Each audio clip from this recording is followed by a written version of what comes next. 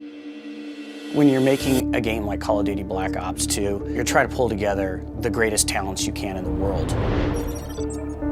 People talk about this connection in Hollywood with games. The greatest thing about that for us is that tremendous talent, and they're interested in working in this medium with us, and in particular, on Black Ops. Having the opportunity to work with a Hollywood writer who's worked on movies like The Dark Knight, created the most compelling villains in cinema history, to me, that's amazing. We were approaching it in some ways as a big event movie. Even though it's a first-person shooter, it's got to be sophisticated, it's got to be funny, it's got to be challenging, it's got to have twists and turns.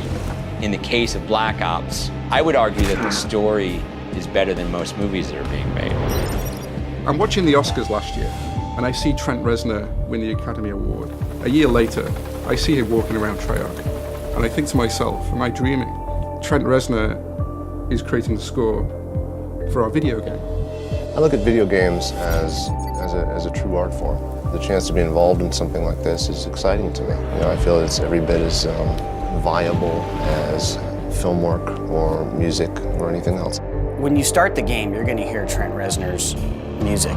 It'll automatically immerse you in our world. Increasingly, the line between, an event movie and an event video game are starting to blur, which is a good thing.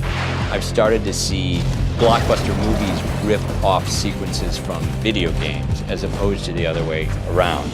The games have gotten more intense and more realistic and more engrossing and deeper.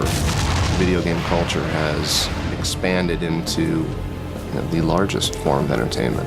People love to be told stories, but I think what's so unique about our medium is we get the opportunity to experience and live in the world where the stories are being told.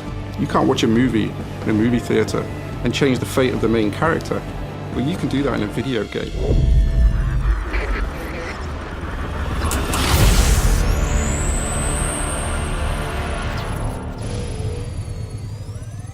Pre-order now and get the Nuketown 2025 bonus map.